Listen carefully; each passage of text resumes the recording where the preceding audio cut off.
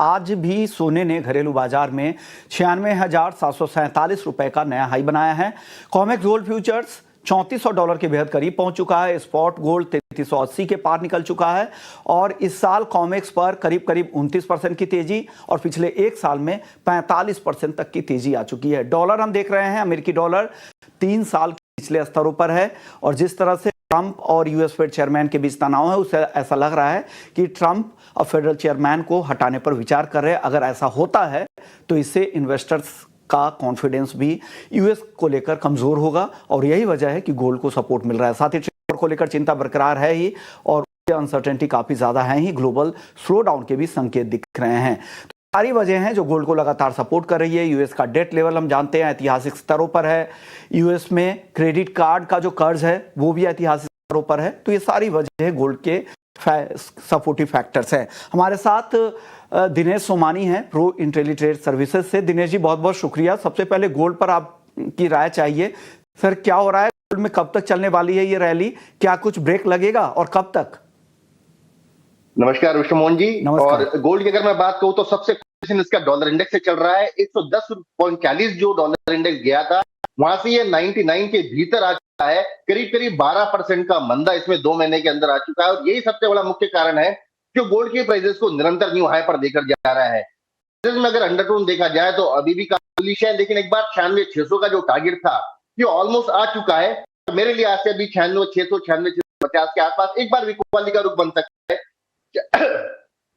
91,195 800 नीचे आते हैं तो वहां दोबारा खरीदारी कर सकती है, लेकिन मौजूदा स्तर पर मुझे लगता है यहाँ से 200 रुपए का उछाल आया तो बिकवाली कीजिए। 96,880 का लॉस।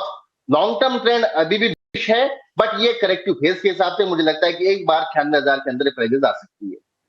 के लिए कॉल है सिर्फ अगर 96,600 के ऊपर का अगर लेवल दिखे तो आप बेच सकते हैं। 96,100 पे टारगेट है इंट्राडे के लिए सेल कॉल में, लेकिन यहां पर वापस से आप खरीदारी कर सकते हैं क्योंकि ओवरऑल ट्रेंड अभी भी पॉजिटिव है, लेकिन यहां पर एक थोड़ी बहुत मुनाफा वसूली आ सकती है। चांदी में भी आज ठीक तेजी है, करीब 1% के आसपास की चांदी की तेजी को आप कहेंगे क्या करना चाहिए? चांदी हालांकि काफी अंडर परफॉर्म कर रही है बाकी सभी एसेट क्लास के मुकाबले। जी बिल्कुल, गोल्ड सिल्वर का अगर हम रेशो देखते हो तो 1,000 रुपया पीछे चल रही है सिल्वर। अभी भी गोल्ड के जो कभी डिफरेंस 24,000 रुपए आगे करती थी तो 25,000 का उल्टा चल रहा है सिल्वर में और अंडरटोन उसमें उतना बुलिश नहीं है, मोमेंटम उतना स्ट्रॉन्ग नहीं है जितना गोल्ड में स्ट्रॉन्ग है।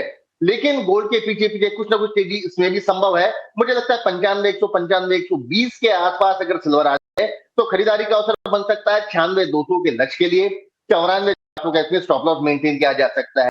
हालांकि मोमेंटम इतना ज्यादा बुलिश नहीं है, लेकिन इंट्राडे मुझे लगता है एक बार ये 1,000 से 1,100 रुपए का मूव निश्चित तौर से दे सकता है। 1,000 से 1,100 का मूव यहां से और देख सकता है। 96,200 के टारगेट के लिए इंट्राडे के लिए खरीद सकते हैं। कच्चा तेल हफ्ते भर में 3.5-4% की तेजी के बाद आज दबाव के मूड में है। 1.5% की गिरावट दिख रही है। यहाँ पर क्या मौके दिख रहे हैं आपको दिनेश जी? जी बिल्कुल, ईरान और यूएस के चलते टेंशन के बीच इसमें प्राइसेस अच्छा खासा मूव हमें देखा। जो डाउन साइड 47-47.5 गया था, ऊपर में 5500 के लेवल्स हमने आते हुए देखे हैं। लेकिन अब जब टेंशन ईज हुआ है तो आज हमने प्राइसेस 1% गैप डाउन ओपनिंग देखी है। लेकिन मुझे लगता है 5420 का जो दायरा एक बार दोबारा डिमांड जोन है 5510 के लेवल से इंट्राडे के लिए से दिखा सकता है। 5360 की मेंटेन करके मुझे लगता है बाइंग का एक बार इवनिंग सेशन में हमें 5500 क्रॉस होता नजर आता है।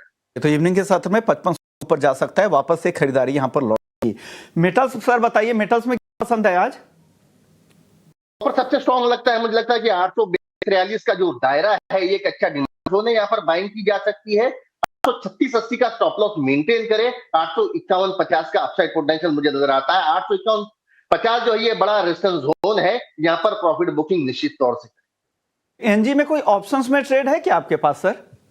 अब एनजी मुझे लगता है कि 280 का जो ऑप्शन है वो बाय करना चाहिए। 256 का लेवल डाउनसाइड हमें दिखा सकता है। ये एक अभी out of the season commodity है, मुझे लगता है ये निरंतर गिरकर 256 का लेवल एक बार आ सकता है। यानी 256 तक नीचे यहां से सकता है। यहां से और भी करीब 100 रुपए की गिरावट दिख रही है।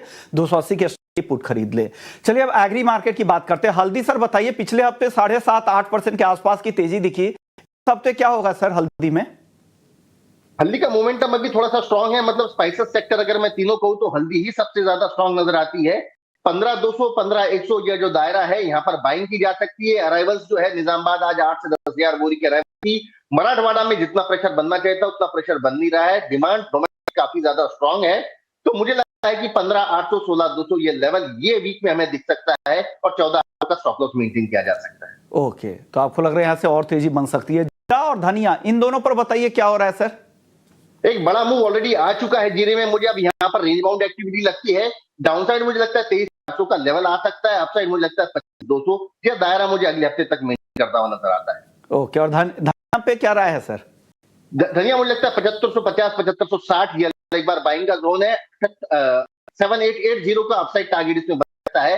हालांकि कमोडिटीज में उतनी ज्यादा स्ट्रेंथ नहीं है जितनी ज्यादा तुम्हारे टर्मरिक में नजर आती है।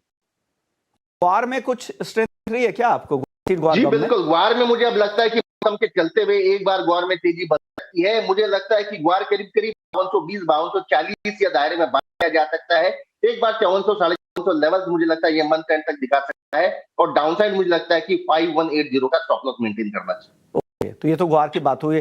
अब कैस्टर सर बता दीजिए, कैस्टर को लेकर क्या रिपोर्ट है? कुछ नई खबर आ रही है क्या? कैस्टर की चालाकी कैसे रहेगी?